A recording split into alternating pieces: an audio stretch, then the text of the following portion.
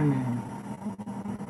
This is the day that Yahweh made, and we will rejoice and be glad in it. We are reading Exodus chapter 33. Exodus chapter 33. Bear with me 1 second to see how far we're going to go this morning. It is the 6th day of the week, and we have made it. Woo! What a week it has been. But he has been with us, and we have made it this whole week, and I am happy to say that tomorrow I can rest from work and just woosah. Verse 1 of Exodus chapter 33. And the Lord said to Moses, "Depart, go up from here, you and the people whom you have brought from the land of Egypt to the land which I swore to Abraham, to Isaac, and Jacob, saying, to your descendants I will give it. I will send an angel before you." The Most High is saying, I will send an angel before you, and I will drive out the Canaanite, the Amorite, the Hittite, the Perizzite, the Hivite, and the Jebusite.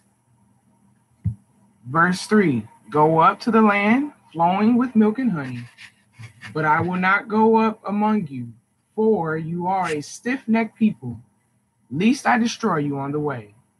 When the people heard these evil tidings, they mourned, and no man put on his ornaments.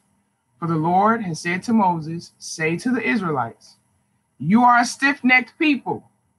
If I should come among you for one moment, I would consume and destroy you. Now, therefore, penitently leave off your ornaments, that I may know what to do with you. And the Israelites left off all their ornaments from Mount Horeb onward. Now that's the end of that section, but I'm curious to know what goes on after this. My goodness. Verse 7. Now Moses used to take his own tent and pitch it outside the camp, far off from the camp. And he called it the tent of meeting of God with his own people. And everyone who sought the Lord went out to the temporary tent of meeting, which was outside the camp.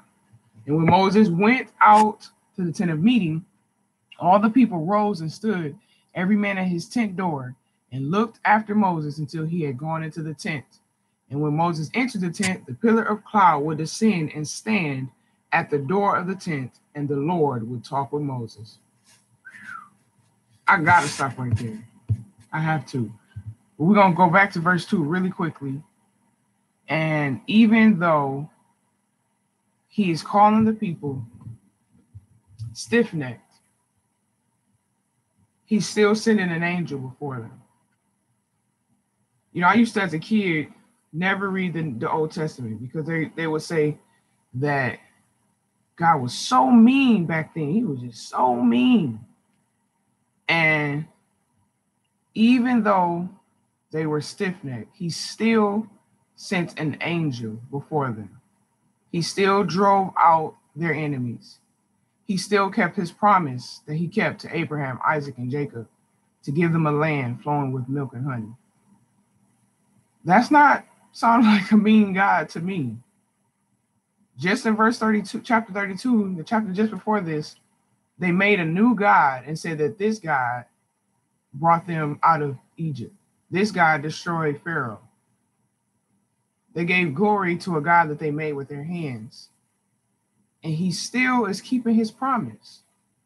That sounds very gracious and merciful to me. That sounds like a very long-suffering God to me.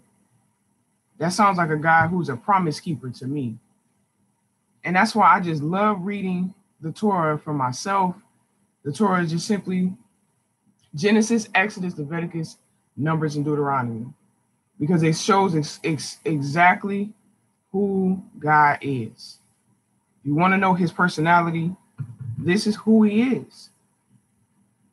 And I love that we can see it for ourselves. And with that said, I'm going to say a prayer. Hopefully you continue to read the chapter of 33 yourself. I'm going to continue it. And good morning. I'm going to finish it up. on Monday. Tomorrow will be our Sabbath edition.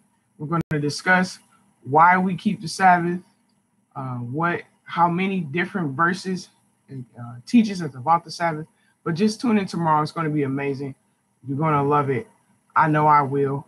May Yahweh bless you and keep you. May Yahweh make his face shine upon you and show you his favor. May Yahweh lift his countenance upon you and give you shalom. Peace.